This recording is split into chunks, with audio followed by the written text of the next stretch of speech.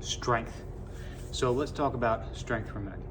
Strength can be categorized in many different ways, but in reality, no matter what we're talking about, whether we're talking about your ability to pick something up from the ground, a barbell, whether it's our ability to carry a load over an extended period of time, your strength will be the limiting factor. Now that can be broken down into a bunch of different ways, but at the end of the day, if you can't pick up a weight, there's no way you're gonna be able to carry it, right?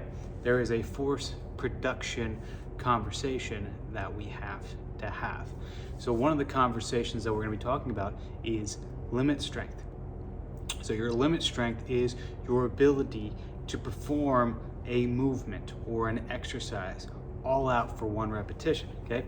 A lot of people will use a 1 repetition max to determine what that looks like. What is my limit strength? What is my limit on this movement? And that's one way to go about it.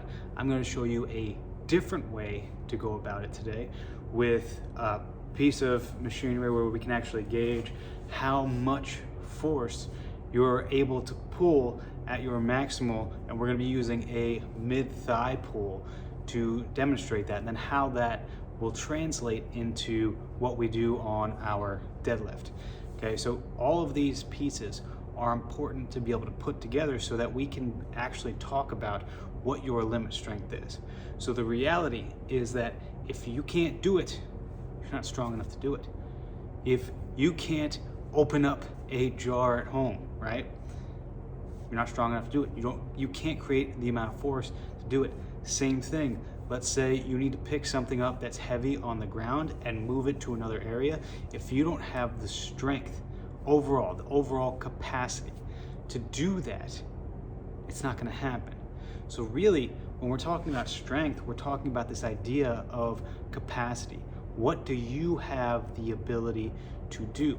Now, that can be as specific or as general as possible, but we tend to, in the gym, use core lifts to demonstrate what that limit is.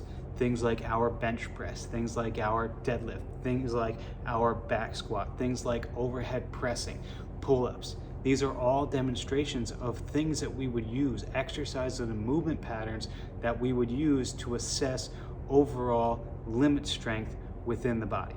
So without further ado, I'm going to show you what it looks like to do a mid-thigh pull and assess in a slightly different way than a true 1RM where limit strength is.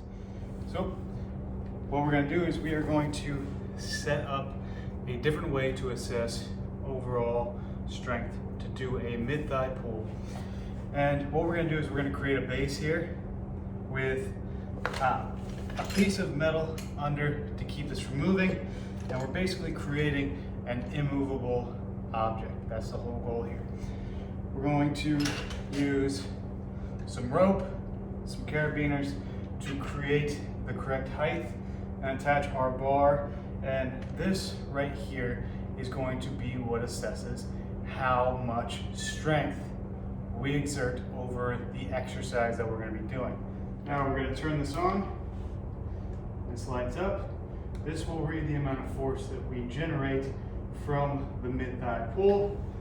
We will stand on the plate, grabbing right here on the thigh, and all we're going to do is press away from the ground, pulling as hard as you can. That will assess our limit strength in the mid-thigh. Now to give you a closer look, right now it is set at 0. When we press,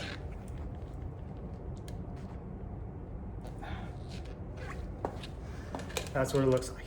So what is the takeaway of all of this? Well, the reality is there's many different ways to assess strength. It's not just one thing that you can do. And all we're trying to do is understand one point. What is your current capacity? Because then we can take that and we can compare it to where we get to next. What is the next level? What is the next target? What is your next goal? Because if we don't know where we are, we can't create a program, we can't create a roadmap to get to the next point? Because we have no idea in comparison to what. We have to understand where we're starting, then create a plan around what we're trying to do next. But the whole thing comes down to this conversation of what do you have the capacity for right now? And that follow-up question is, what can we do to expand that capacity? And the one thing I want you to take away outside of all of that is you can take these principles and apply them to everything else that you do in life. It's not just about what we do here in the gym. How do we assess our capacity in our finance? How do we assess our capacity as a father? How do we assess our capacity as a husband? How do we assess our capacity as a producer? All of these conversations are the same, and they are looking towards the same outcome. That outcome is, how do we expand the capacity we have to become better, to be able to contribute more? That's the question we need to ask. What is your current capacity, and how can we expand it?